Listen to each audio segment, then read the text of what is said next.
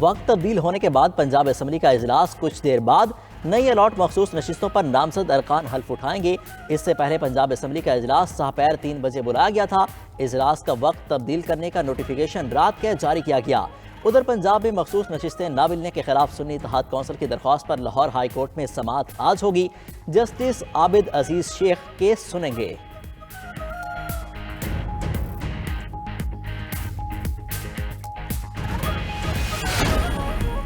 Balochistan assembly کا اجلاس بھی آج دن 11 بجے بلا لیا گیا۔ اسپیکر صوبائی اسمبلی کے 4 ارکان سے حلف لیں گے۔ صادق سنجرانی، ساحل بھوتانی، محمد خان لہڑی اور نور محمد دمڑ حلف اٹھائیں گے۔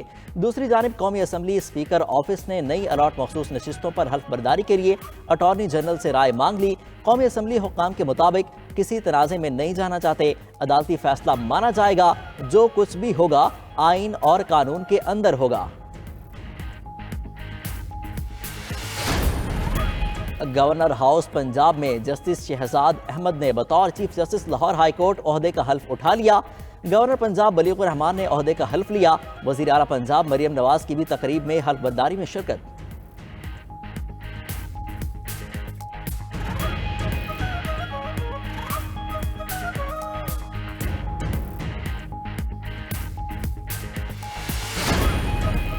آئی ایم ایف نئی پاکستانی حکومت کے ساتھ دوسرے جائزے پر بات کے لیے تیار۔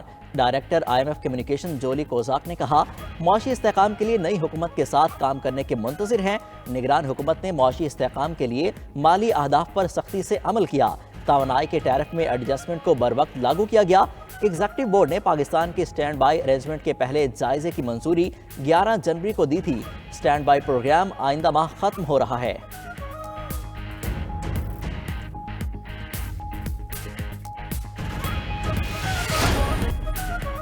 گلے شکوے سب ختم، ایم کیو ایم مان گئی۔ صدارتی الیکشن میں آصف علی زرداری کو ووٹ دینے کا اعلان۔ بلاول بھٹو کی سربراہی میں حکمران اتحاد کے وفد کی ایم کیو ایم سے ملاقات۔ خالد مقبول صدیقی نے کہا، جمہوریت کو 22 سال سے تسلسل ملا ہے، اس کے اثرات عوام تک پہنچیں گے۔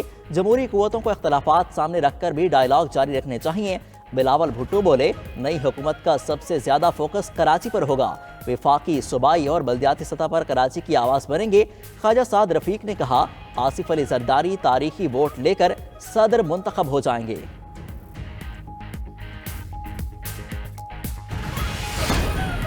وزیر اعظم شہباز شریف نے آصف علی زرداری کو صدارت کے عہدے کے لیے نامزد کر دیا۔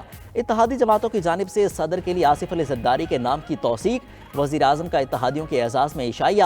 شہباز شریف نے کہا، آصف علی زرداری 2 سے 3 دن میں صدر منتخب ہو جائیں گے۔ اتحادی مل کر معاشی مشکلات کا حل نکالیں گے۔ خیبر پختونخوا ہمارا اپنا صوبہ ہے، کوشش ہوگی مل کر ساتھ چلیں۔ پاکستان کو ہوش روا چیلنجز درپیش ہیں، ہماری جڑیں معاشی طور پر کھوکھلی کی جا رہی ہیں، ہمیں مل کر اس کشتی کو پار لگانا ہے۔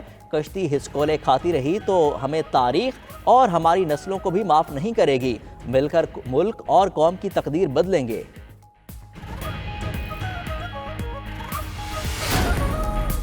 آئنسٹائن چیلنجز سے نہیں ڈرا، شہباز شریف بھی نہیں ڈریں گے۔ صدر کے امیدوار آصف علی زرداری کا عشائیے سے خطاب۔ کہا، مشکل ضرور لیکن ناممکن کچھ بھی نہیں، ہم پاکستان کو خوشحال بنائیں گے، ہم شہباز شریف کے پیچھے کھڑے ہوں گے۔ چیئرمین پیپلز پارٹی بلاول بھٹو زرداری بولے، آصف علی زرداری دوسری مرتبہ منتخب ہونے والے پہلے سویلین صدر ہوں گے۔ پارلیمنٹ کو اختیارات کی واپسی کا اعزاز بھی آصف علی زرداری کو حاصل ہوا۔ امید ہے آصف علی زرداری بطور صدر مملکت وفاق کو مضبوط کریں گے۔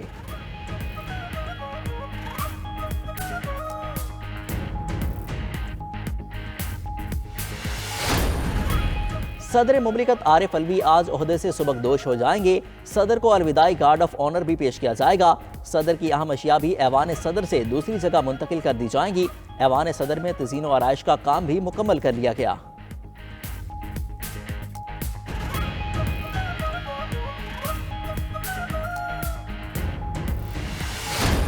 صرف پارلیمنٹ میں ہی نہیں، باہر بھی مشکلات پیدا کر سکتے ہیں۔ مولانا فضل الرحمان کا جمعیت علماء اسلام پنجاب کی جنرل کونسل سے خطاب۔ کہا، ہم نے شہباز شریف سے کہا کہ اپوزیشن میں آ جاؤ، کہیں ہماری تحریک کا نشانہ آپ نہ بن جائیں۔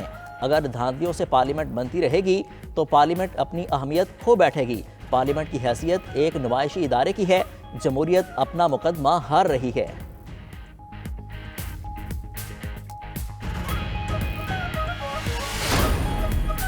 وفاقی حکومت کو ٹف ٹائم دیں، پارلیمنٹ کے اندر اور باہر حکومت کا احتساب کریں۔ بانی پی ٹی آئی کی پارٹی قیادت کو ہدایت، مخلوط حکومت کو کسی صورت چلنے نہ دیا جائے۔ تحریک انصاف کے مشاورتی اجلاس میں حکمت عملی پر غور، وزیر اعظم شہباز شریف کے خلاف عدم اعتماد کی تحریک لانے پر بھی مشاورت، ایوانوں میں حکومتی رکن کے خطاب کے دوران احتجاج پر اتفاق۔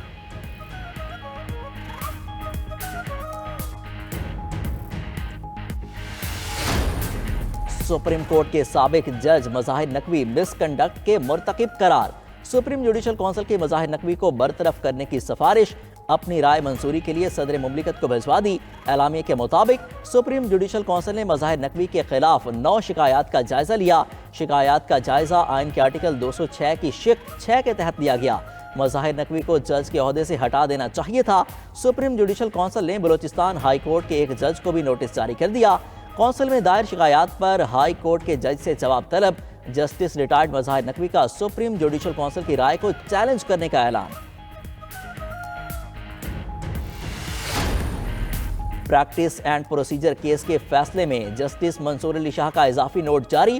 جسٹس منصور علی شاہ نے اضافی نوٹ میں لکھا کہ پریکٹس اینڈ پروسیجر ایکٹ کی معطلی کے بعد سابق چیف جسٹس نے نافذ العمل قانون کے تحت بینچ بنائے۔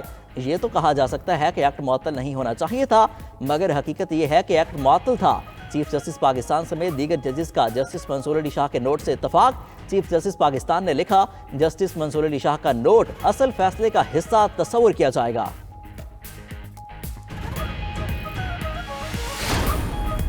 وزیر اعظم شہباز شریف کی نجکاری کا عمل تیز کرنے کی ہدایت، وزیر اعظم کی زیر صدارت اجلاس میں مختلف اداروں کی نجکاری کے عمل پر غور، نجکاری کے عمل میں شامل اداروں کی فہرست اور پیش رفت رپورٹ طلب۔ وزیر اعظم نے بجلی کمپنیوں کو صوبے کے حوالے کرنے کی تجویز پر جائزہ کمیٹی بھی تشکیل دے دی۔ دوسری جانب وزیر اعظم کا رمضان المبارک میں متوسط طبقے کے لیے 7.5 ارب روپے کے ریلیف پیکج، ملک بھر میں وزیر اعظم ریلیف پیکج کی تقسیم شروع، 3 کروڑ 96 لاکھ سے زائد خاندانوں کو اشیاء خورنوش سستے داموں فراہم کی جائیں گی۔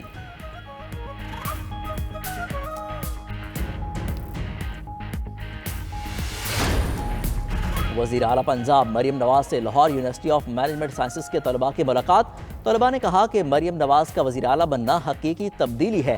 وزیر اعلیٰ پنجاب بولیں، طلباء کے تمام تر وسائل کے ساتھ ہر وقت حاضر ہوں۔ پاکستان میں ٹیلنٹ کا بڑی تیزی سے سامنے آنا خوش آئند ہے، ہمیں پاکستانی ہونے پر بے حد فخر ہے۔